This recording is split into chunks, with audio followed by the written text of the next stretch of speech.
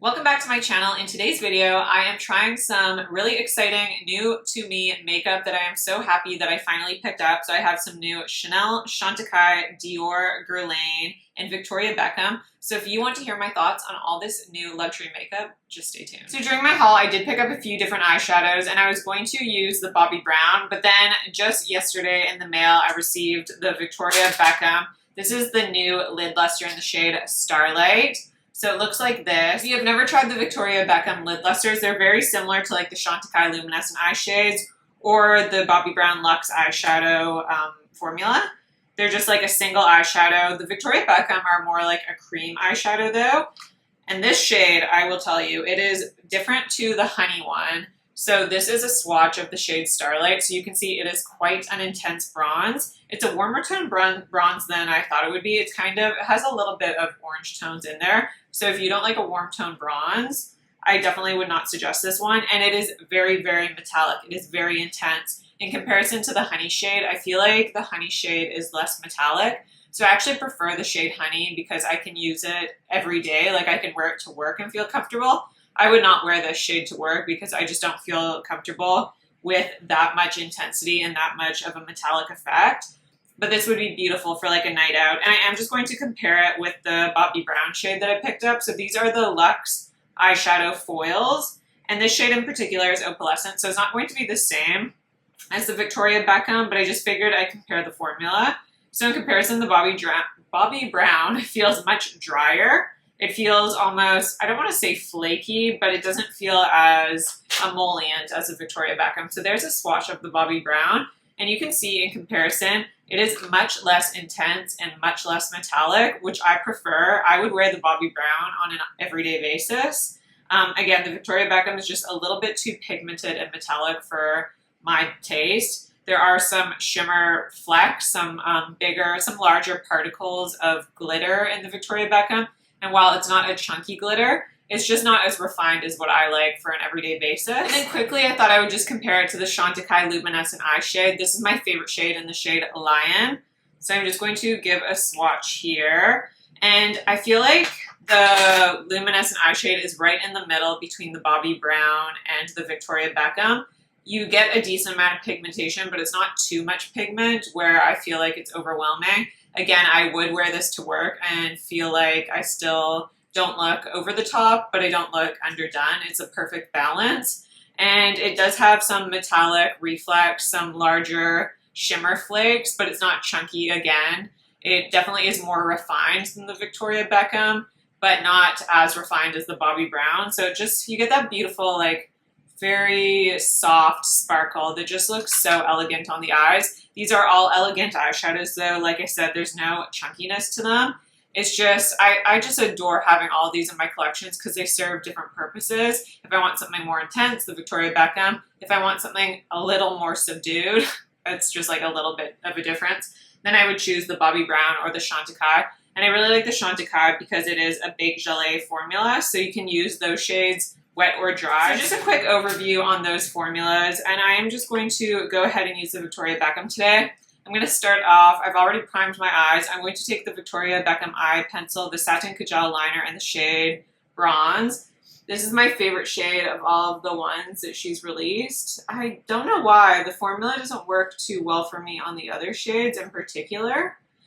They don't really set down, so they are very emollient liners, which I like for the top lash line because you have ample time to smudge these out and to get them into a shape that you enjoy.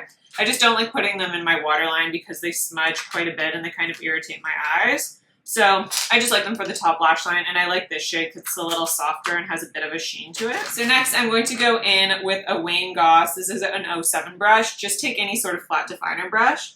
And I am just going to smudge out that eyeliner just to make it a little bit softer, just because I don't like a strict, harsh line. I like to make my liner a little bit soft. So what I'm doing here is I'm blending it slightly upwards as well. And then in the outer corner, I'm just going to kind of wing it out ever so slightly. Not like a strict line, like a cat eye where it's really thin and precise. I'm almost smoking it out into the outer corner to just give me a little bit of a wedge in this outer corner. if that makes sense. So, and then next I'm going to dip into the Victoria Beckham shade in the shade Starlight. And for these shadows, I find that they work best with fingers because they are they're like emollient, but also chunky, a little bit more chunky than what I'm used to. So if I want them to lay on the lids a little bit more smoother, I find the best effect is using my fingers. Otherwise, with a brush, sometimes it just doesn't smooth out onto the eyes as beautifully.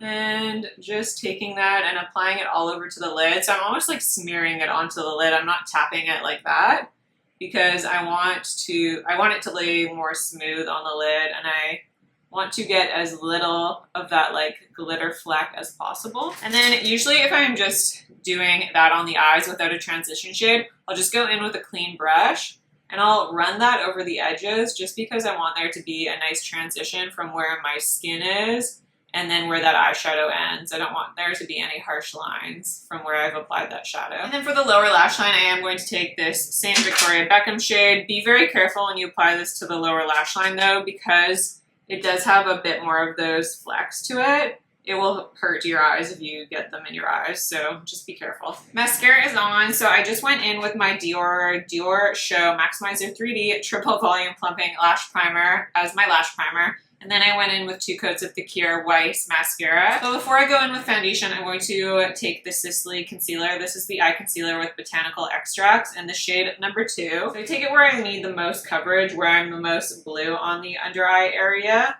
And I just kind of smooth out that concealer with this kind of metal tip. So it's a little cooling on the under eyes. And then because I don't love the applicator in this, especially for the outer corner of my eye, I'm going to take the Clé de Peau. This is the corrector for eyes in the shade Almond. And then I like to use this concealer to clean up that outer edge here. So I do this for a few purposes. I get a nice clean line in this outer corner when I do this sort of shape. And then I also get that uplifted effect with my eyes when I do this shape with my concealer in the outer corner. And then I'm just going to take my damp Beauty Blender sponge and blend that in the under eyes. So I have concealer on and moving on to foundation. So I did pick up the Chanel No. 1 foundation in the shade BD41. And so I want to talk about this a little bit. So for me, I do not like to use this with a primer because I have dry skin. So for me, just going in with my SPF and my moisturizer at the start of the day, it gives me enough hydration to apply this foundation over top. Now this does look really beautiful with the Sisley Blur Expert Primer underneath. That's actually not a primer, it's a powder that you apply underneath your foundation that just gives a more perfected look. That is a beautiful combination, and I can get some better longevity out of this foundation when I use that combination. I do want to show you this foundation on its own, but currently I am really liking the Chanel Ultra Le Teint foundation, the Ultrawear All Day Comfort Flawless Foundation. These are beautiful mixed in together because I still get that beautiful glow and skin-like effect from the Chanel No. 1, but I get a more long-wearing effect when I mix in just like a half a pump of this. So if you're looking to make this foundation a little bit long-wearing, I'd recommend mixing in with something like this or the Dior Air Flash to get a better longevity, because my main issue with this foundation is that it does not last very long. If you want to wear this foundation, or if you want a foundation that wears for like 6 hours, I'm just going to start with 1 pump of this foundation. I would suggest this foundation if you're only wearing it for a short period of time, because I can't wear this my full workday without it just looking greasy. It just looks greasy on the skin. Borderline greasy, I would say. Like, it definitely needs to be touched up and it needs to be monitored throughout the day if you're wearing it for a long time. Now, if I have an event, say like I'm just going for lunch or I'm just going for dinner, and then I'm going to come home and take off my makeup, or I don't require to be out and about all day, I do think this foundation is beautiful, especially for the effect that it has on the skin. So while this is light coverage, it has this beautiful perfecting property to it. So it really blurs the area, especially in the front of your skin where you have more pores or areas of texture. It does this great just smoothing of that area. It just looks so refined on the skin, which I really enjoy. And this is also foundation that doesn't look like foundation on your skin. It lets your real skin shine through. Like, I could still see freckles peeking through, which I really enjoy for a daily basis. So if this foundation first didn't irritate my skin, because I have sensitive skin, I can't wear this longer than just 1 day, and then it will start irritating my skin. So if you have sensitive skin, I don't recommend this. And if you are looking for something long wearing, I don't recommend this. But if you're wearing your foundation for a short period of time, this is quite beautiful. And I love the subtle glow that it gives. So it gives me a beautiful glow without having shimmer on the skin, because I don't like shimmer to be on my skin. I like just my skin to kind of shine through and just give an ever slight glow. It just looks like my skin, but better. And I really like that kind of effect. I do think it is really pretty. I just wish it had a more long-wearing quality to it. So I'm going to move on to bronzer next. And this is the Guerlain Terracotta Light, the Sun Kissed Healthy Glow Powder in the shade 03 Medium Warm. So I have actually already tried this out because I filmed this video a few times and I didn't like how it turned out. So I have played with this before. And this is a beautiful bronzing powder. So Guerlain just does bronzers really right. And if you can tell, there are some different there are some different shades in this bronzer. So we have a warm tone bronzer. We have like some deeper toned bronzer shades with shimmer to them. And then we also have this kind of corally shade. And I think they're supposed to be a highlighting shade, but none of these shades are really light enough that I would use as a highlighter. I guess that's what this deeper bronze shimmery shade is supposed to be. But the shimmers in here, they're very refined. You don't see shimmer flecks on the skin. So I'm just going to give you kind of a heavy swatch. If you can tell, I'm swatching this pretty heavy because the thing about these Guerlain bronzers is that they're extremely buildable. So you can get more of a sheer application when you first apply it. So there's just a swatch of it there. And I also went ahead and swatched the Guerlain bronzer. This is the shade Medium Warm, but it's in just this powder formula here. So if you can tell the difference, this bronzer right here, that's the more matte version, that's just the one shade. This is definitely warmer toned. It's a warm tone bronzer. So both of these are warm tone bronzers, but this here, this Healthy Glow bronzer, has some more peach to it. I don't want to say it's orange because they're not orange, but you just get a peachy vibe to this bronzer. So it almost looks as if you've applied like a hybrid of a bronzer and a blush to your skin. So I feel like because of that fact, I will get more use out of this bronzer in the spring and summertime, just because it does have quite a peachy tone to it in comparison. Whereas this bronzer here is just more like of a warm toned bronzer that makes you look more tanned. This is going to kind of give you a peachy effect. It is subtle and it doesn't really look like, it doesn't look as peachy as you would think it does on the skin. So for that, I like to use a big powder brush, and this is the Rephr 22 brush. And I just dip into this bronzer.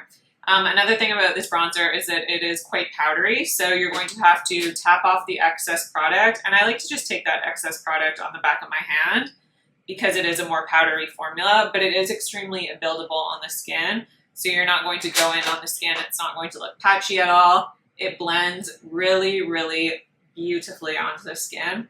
And I just love the effect that it has. And I'm so surprised. When I swatched it, I was really unsure if I would like it because it does look quite peachy as a bronzer, but I think it just gives you such a nice, healthy glow that looks really pretty. And again, I think I'm going to get a lot of use out of it for the spring and summertime because, I don't know, there's something very youthful about this bronzer shade. And I love how it looks on the skin. It just really applies so nicely. It gives you a nice effect on the skin. Doesn't look patchy, it blends seamlessly, it's very buildable, so you can go in with a sheer amount of color if this kind of color maybe intimidates you a bit. And then I'm also just going to finish off the eyes here.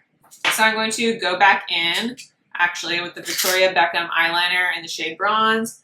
I'm just going to line the outer half of my lash line. And then I am going to take this bronzer shade and just get that on a pencil brush. And then I'm going to smudge the lower lash line. So I'm actually going to try and smudge out that eyeliner on the outside corner, just so it looks a little bit smokier and more like lived in versus just like a harsh line. So I'm just smudging that, being a little bit more precise when I do this, but I am going to blend this all out the way across the lower lash line. Again, I am going for like more of a nighttime kind of sultry, more dramatic look. So for highlighter today, I'm just going to go in with my Old Faithful. This is the Chanel Pearl de Lumiere highlighting powder. It's actually an illuminating blush powder, but I say use this as a highlighter. So this was limited edition in the spring collection last year, but I do believe it is still available in the US. If you haven't tried it, really recommend it. It's my #1 favorite highlighter. And what I like the most about it is that it just melts into the skin. So it's as if you've applied a liquid illuminator to your skin, but it's really easy to apply as it is actually a powder, but it looks like you've applied a liquid highlighter. You just get that melting effect where it melds into the skin, which I really like for a healthy glow. And I just want to quickly mention, one of my subscribers, Diana, she did send me the new Chanel highlighter. It sold out in Canada so fast that it was impossible to get, and she was so sweet to offer to send it to me, which I really appreciate. So I will be trying out that highlighter, and when it comes, I will obviously try it out in a video. But I'm really excited because I feel like it's like a similar effect, that you get that kind of melted in effect as if you applied a liquid highlighter. So I'm really excited to try that when it comes. Now for blush, I am moving on to a Chantecaille cheek shade in the shade Elephant. So for the Earth Day sale, Chantecaille was nice enough to send me a few items, and they sent me this beautiful blush. So when you first get these blushes, you get that imprint of the animal on the blush, but it has a shimmer or like a glitter overspray. Because I've already filmed this video, I already used it. So you don't get that glitter throughout the blush, which I really appreciate. You just get it in that overspray. And these, oh, I love these blushes because they feel so refined when you feel them. They feel like velvet. They actually feel like a texture of a fabric because of how finely milled this formula is. And they're just a very beautiful, buildable blush that I really enjoy. They're not completely matte. I really can't even show you a swatch of this. If you can see, it is very, very subtle, but it's a beautiful peachy shade that I just think gives you this beautiful, youthful glow to your skin. And it adds glow to your skin without adding shimmer onto the skin. So I just think these are so beautiful because, again, it's not completely matte. You get this nice healthiness to your cheeks, but it's not going to emphasize texture in the front of your face. Because what I dislike about shimmery blushes is when you can actually detect those shimmer particles, because then they're going to emphasize texture on the front of your face. And I like everything in the front of my face to be really smooth and refined, to look a little bit more, I like that kind of filtered effect in that area of my skin. So I just really appreciate that this blush gives me glow without emphasizing texture. It just makes my cheeks actually look better when I apply it. And I just think this shade is so beautiful, especially for spring and summer, because it just gives me enough color, but it doesn't take away from the look. And it also doesn't clash with my hair or anything like that. I just think it adds a nice, fresh appearance to the skin. And then to finish off the face, I am going to apply a powder. I'm going to forego the Éclat Peau powder today, and I'm going to take the Chantecaille. This is the Perfect Blur finishing powder. So I do like to use this strictly as a finishing powder. I do not use this to set my foundation. For me, I like to apply powder where I need it and when I need it. So for me, that's the end of my makeup application where I just want to blur any areas of the skin. And I also like using this powder in particular for more glowy foundations because this powder does have a bit of coverage to it. It's a very, very slight amount of coverage, and it also mattifies my skin a little bit more than the Éclat Peau powder. So this works really well for me when I want to mattify the skin a little bit more, in particular with the Chanel #1 foundation, because I want the most longevity to that foundation, because it does it does get a little bit glowier throughout the day than what I'd prefer. So for me, using this powder helps that longevity aspect. It increases the longevity probably by an hour or two, but I do like to do that, especially in this area. I like everything to be blurred there, so I'm finalizing the skin with that stuff. So in my last haul, I did show you all the lip products that I picked up, and I actually picked up quite a few. So I did pick up the Sisley Phyto Rouge Shine in the shade Sheer Petal and Sheer Nude, but I did try that on in the haul. And I also picked up the Dior Addict. This is the Shine Refillable Lipsticks in the shade number 100 Nude Look, which is a beautiful nude shade. I have not tried this out on camera yet, so I think I'll apply that one today. So before I apply the lip product, I am going to go in with the Charlotte Tilbury Lip Cheat in the shade Pillow Talk to line my lips, just to give me a bit of definition before I apply that lip product. Okay, and now for the Dior lip shade in number 100 Nude Look. So if you can tell, it's just a beautiful beige nude shade. It's not too peachy. It's that perfect beige pink, I would say. Has a little bit of brown to it, so And this formula is really nice. So it just glides onto your lips. It almost feels as if it's melting onto your lips as you apply it onto your lips. So it gives me that same sort of vibe that the Chanel Rouge Coco Flashes do. Really effortless and easy to apply. It's ultra comfortable on the lips. Doesn't feel drying in the slightest. It feels emollient, but not too greasy. Like, it doesn't feel like it's going to transfer outside of your lip lines or anything like that. I feel like this would be great to throw in your handbag just for a comfortable lipstick on the go. I think that is really nice. And the texture of this is extremely thin, which I appreciate in these more glossy formulas, because if it has a thick texture and it's glossy, it can almost feel gloopy. And like, it just feels too thick on the lips, and that's when it can start getting uncomfortable.